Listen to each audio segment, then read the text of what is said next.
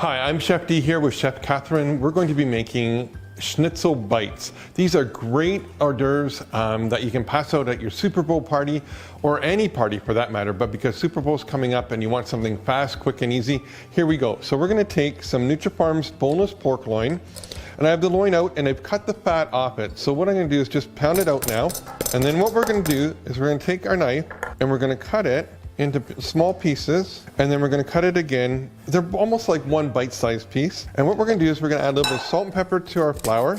This is the important part. You wanna take your pork, you wanna dip it in your flour first. So you dip it into the egg from the flour, then you put it into the breadcrumbs, and then give it a quick dredge off, and away we go.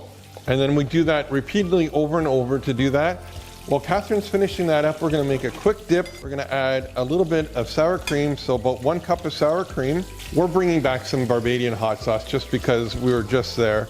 We're gonna add a half a teaspoon, a little bit of chili flakes, a little bit of dried garlic, and some apple cider vinegar. We're gonna stir that all together.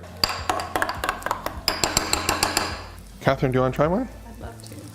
We're gonna dip it in, and there you go. Simple, easy Super Bowl appetizer. Wow, that's good.